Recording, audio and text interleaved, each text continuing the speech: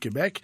Sauf que l'économie de partage, l'économie collaborative, c'est quelque chose de beaucoup plus large et beaucoup plus important qu'Uber, que juste une compagnie dont on peut critiquer d'ailleurs certaines activités ou la façon dont elle opère.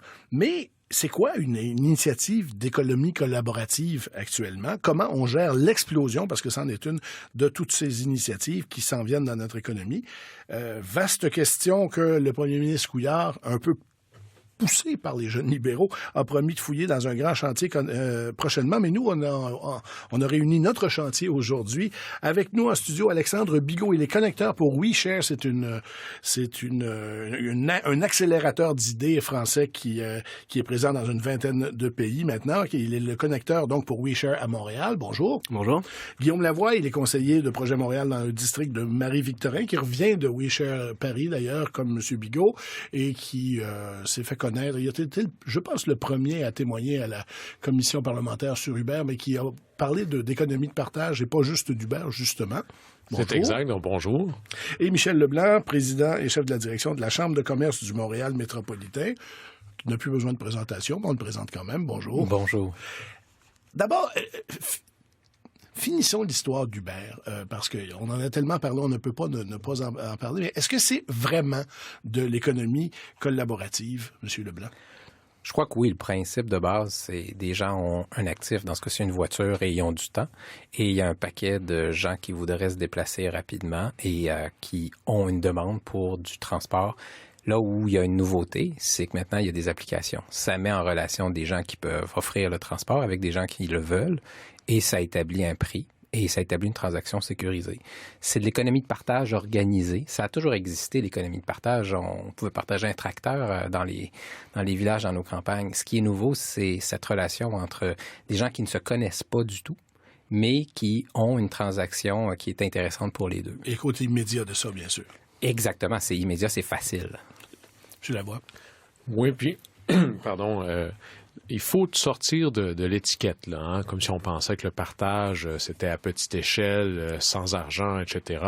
Tout ça rentre dans la grande catégorie là, économie collaborative parce qu'il y a trois fondamentaux, puis vous allez voir, on est dans les trois. Le premier, c'est la capacité d'aller chercher de ce qu'on appelle la capacité résiduaire. C'est-à-dire un actif qui se trouve être inactif. Un chez-soi qui est vide, une voiture qui est stationnée. Ou juste une place de stationnement, comme vous faites à Rosemont. Un stationnement qui n'a personne dedans. Alors, la capacité de rendre actifs les inactifs. Deuxièmement, l'accès sans nécessairement devoir être propriétaire. Ça, c'est quelque chose de majeur dans l'économie collaborative. Et troisièmement, et c'est là que le choc est le plus brutal dans nos politiques publiques, c'est l'abaissement général des barrières d'entrée dans les marchés. C'est-à-dire que tout un chacun peut très facilement, très rapidement entrer dans un marché sur la base des biens, des habilités ou du temps qu'il possède déjà. Alors ça vient pas mal changer le portrait. Monsieur Biot? Oui, tout à fait. En tout cas, il y a le mois dernier, avec WeShare, on a publié une cartographie des initiatives collaboratives du Québec, qu'on a travaillé avec l'UQAM.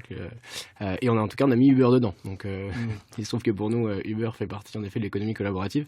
Ce qu'il faut bien comprendre là-dedans, dans l'économie collaborative, en fait, c'est que ça fait 4 ans qu'on travaille dessus. On se rend compte qu'il y a 2 grands mouvements dans l'économie collaborative.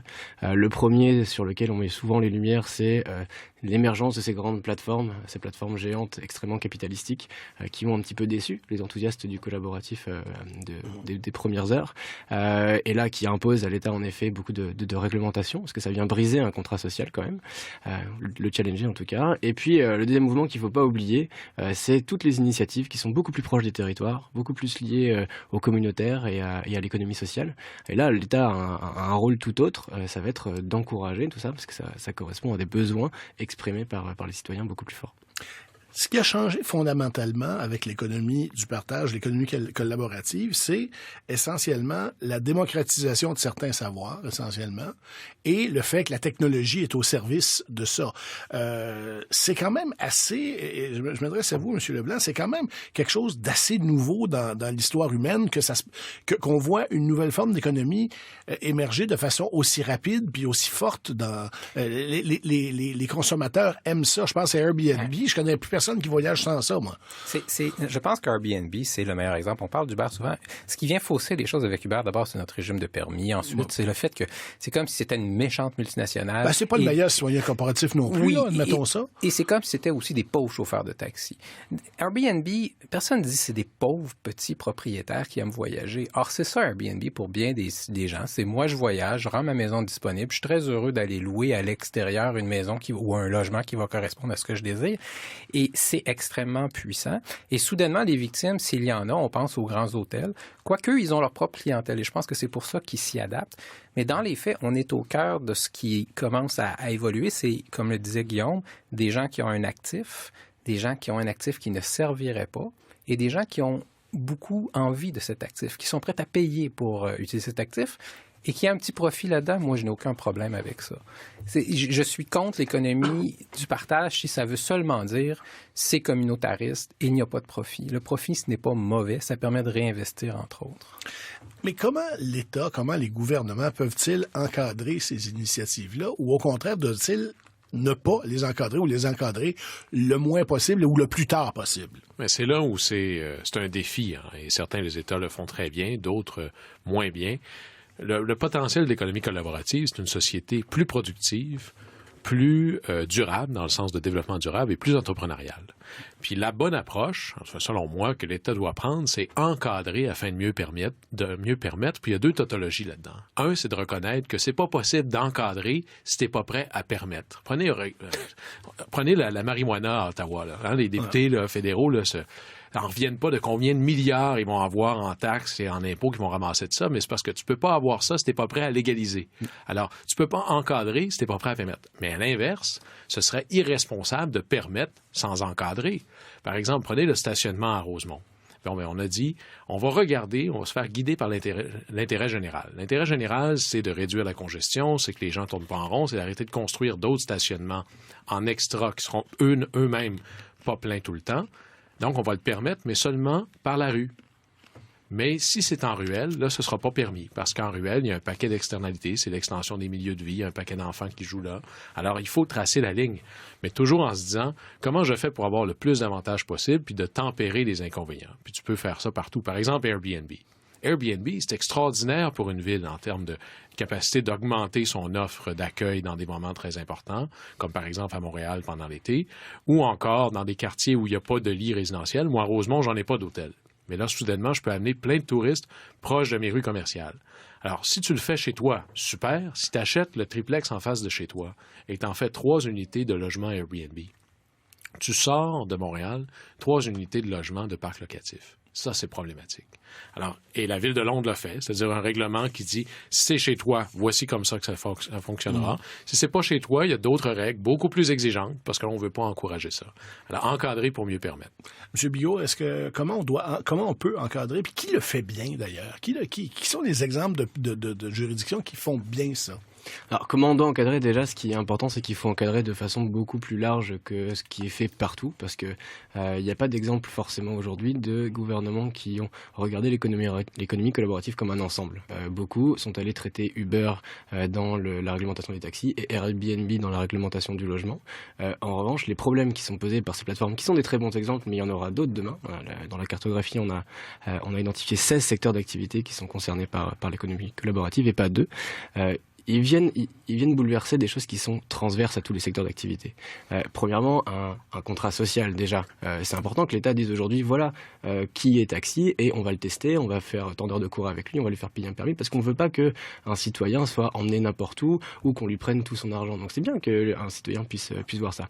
Mais aujourd'hui, il y a des nouvelles façons où Uber vient bouleverser des choses, c'est que avec la confiance, avec la notation de pair à pair, de citoyen à citoyen, on est capable nous-mêmes, sans forcément avec autant en fixant autant les règles, de rassurer les citoyens. Donc en fait, il faut l'envisager de façon transverse. Il y a d'autres problèmes qui sont extrêmement importants. Par exemple, toutes ces grandes plateformes ont un point commun, elles fonctionnent avec des citoyens comme vous et moi qui viennent en tant qu'auto-entrepreneurs. Mais quelque part, on est en train de considérer que finalement, c'est peut-être pas mal des salariés quand même.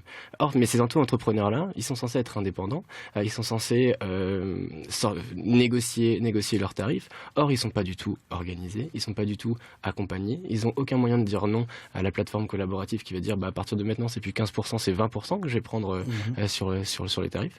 Et si cette économie continue à se développer comme on pense que ça va être le cas, comment on va faire si 40% des citoyens travaillent avec ces espèces de méga employeurs qui sont finalement juste des fournisseurs de services, mais contre lesquels on ne peut rien. Donc là, il y a une vraie question à se poser sur le futur du travail et l'accompagnement de ces futurs travailleurs, par exemple. Et ça, c'est de façon transverse qu'on l'adresse. Mais, Monsieur Leblanc, justement, est-ce qu'il n'y a pas un danger social pour que les travailleurs soient... il y a un côté très libertarien là-dedans. Là. Le moins on réglemente, mieux c'est. Et à la fin, que les citoyens n'aient plus de protection sociale à cause d'une multinationale qui a un algorithme et puis un app et puis qui, après ça, dicte ses conditions, comme vient de le dire M. Bigot. Mais moi, je pense qu'il a tout à fait raison. On est en train d'avoir une révolution du milieu de travail où on va redéfinir le statut d'entrepreneur et il y a des vrais entrepreneurs, il y aura des entrepreneurs qui sont soumis à un seul acheteur ou une seule plateforme et là, ça va changer la relation. Et c'est pas pour dire donc qu'il faut pas se poser des questions, mais c'est pour dire qu'il y a une vague qui est assez irréversible. Et moi, je rajouterais quelque chose, c'est que tous ceux qui nous écoutent, tous les jeunes qui nous écoutent, puis qui pensent technologie et qui pensent façon traditionnelle de fonctionner, là, vous pouvez peut-être être le prochain Uber, être le prochain Airbnb. Il y a quelque chose qui est en train de se passer ici où on ne réalise pas que ces innovations, elles vont naître à partir de jeunes qui ont des nouvelles idées d'applications. Et donc, on peut être dans ceux qui améliorent la réglementation, mais on devrait être aussi dans ceux qui découvrent les nouvelles plateformes et qui développent des nouvelles possibilités. Sinon, ça va se faire en Californie, ça va se faire peut-être en Chine, ça va se faire ailleurs, mais pas chez nous. Mais quand on parle d'innovation au Québec, on ne parle pas de nouvelles façons de faire, on parle de nouveaux produits, une nouvelle sorte de ski. C'est ça qu'on vend. C'est tout à fait, je dirais, le saut qu'on doit faire. Je regardais la semaine dernière les discussions sur le plan d'action numérique et je remarquais, on parle encore d'innovation comme si c'était un procédé dans une entreprise, comme si c'était un produit lui-même, mais je pense qu'on doit être dans l'innovation, dans les modèles d'affaires et c'est ça qui vient bouleverser tout le monde. Mais c'est là où il y a énormément de valeur. Pourquoi les gens ont utilisé Uber? Pourquoi les gens utilisent Airbnb et d'autres modes d'économie de partage? C'est que les gens aiment ça. Les gens aiment utiliser leurs actifs puis se faire donner un peu de sous en contrepartie ou bien avoir accès à des actifs qui jadis ne peuvent pas se payer. Si vous allez dans un logement Airbnb à Barcelone, vous risquez d'habiter quelque chose que vous n'avez jamais pu imaginer. Vous n'auriez pas pu avoir accès avant Airbnb. Vous êtes très heureux de payer le montant qu'on vous demande. Guillaume Lavoie, est-ce que le Québec est ouvert à ces nouveaux procédés-là, ou si l'exemple d'Uber, mais prenons-le juste comme exemple, montre qu'on n'est pas ouvert du tout à la nouvelle économie? Certaines personnes ont dit que c'est la preuve que, là. Non, là, on peut faire mieux, ça c'est clair. La première chose, il y a deux choses qu'il faudrait faire. D'abord, arrêter de voir les choses silo par silo. Alexandre le disait, une pratique d'économie collaborative, ça touche tous les ministères, puis ça va toucher toutes les sphères de l'activité humaine. Et là-dessus, la France et la Grande-Bretagne ont mis sur pied des commissions transversales. Alors ça, c'est la première chose. L'autre chose, puis c'est là où on est plus dans l'attitude, parce que si vous faites le test auprès des politiciens, pardon, et vous leur demandez, êtes-vous en faveur de l'innovation? C'est toujours oui, et très, très, très en faveur, bien sûr. Ça, puis la tarte aux pommes, c'est du même ordre. Le vrai test, ça ne devrait pas être ça. La vraie question, c'est, dites-moi quel est votre niveau de tolérance au bouleversement. Parce que c'est ça, l'innovation. Si l'innovation, c'est d'essayer de rentrer dans le statu quo, ben ça ne marchera jamais. Les sociétés innovantes sont des sociétés qui apprennent, un peu comme le judo, à travailler avec les bouleversements. Et là-dessus, on a un réflexe à acquérir au Québec, et plus vite que trop tard, parce que sinon, ça va se passer ailleurs. M. Bigot, amenez-moi dans l'avenir. On a Uber qui a bouleversé le transport, Airbnb qui a bouleversé le tourisme. C'est quoi les prochaines grands systèmes qui vont être changés par l'économie collaborative? Alors les deux grandes tendances qu'on voit en ce moment dans l'économie collaborative, la première c'est une localisation extrême de l'économie collaborative. Aujourd'hui, les citoyens ont envie d'un partage de la valeur et d'un partage de la gouvernance à un niveau local. Donc ça c'est important, c'est qu'il y a de plus en plus de plateformes extrêmement locales qui émergent et qui organisent la vie de quartier. Comme l'histoire du stationnement d'Arrosemont, par exemple. Par exemple, exactement. La deuxième grande tendance qu'on voit apparaître toujours qui vient de cet élan des citoyens d'avoir envie de plus de partager partager la gouvernance et d'être beaucoup plus partie prenante dans l'économie collaborative, parce que c'est ça qu'on leur promet. C'est une technologie qui a émergé, dont on parle énormément sur les réseaux sociaux en ce moment, mais que personne ne comprend encore véritablement. C'est la technologie de la blockchain, et c'est quelque chose qu'il faut commencer à regarder.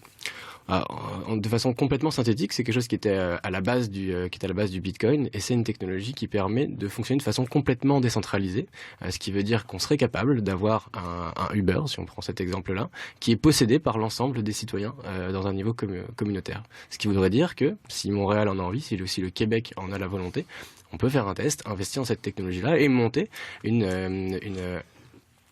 monter un Uber qui est possédé par l'ensemble des citoyens et pas par une société qui en génère les profits et qui les envoie dans un paradis fiscal, mais avec des profits qui sont redistribués à l'ensemble des gens qui participent à la plateforme parce qu'ils la possèdent tous.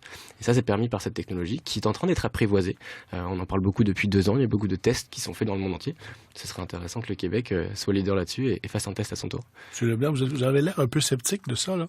Ben non, parce que j'étais sensible à votre question et je pense que les gens qui nous écoutent, il y a le modèle de gouvernance qui est intéressant, mais je pense que les gens veulent savoir surtout si on travaille, est-ce que mon emploi est à risque bientôt? Bien sûr. Et si mon entreprise a besoin de réinvestissement, est-ce que je réinvestis? Et c'est là où on est un peu frappé par surprise. Et moi, j'aimerais qu'on pose la question aux jeunes qui inventent des nouvelles applications. Où est-ce qu'on va sortir des sentiers battus?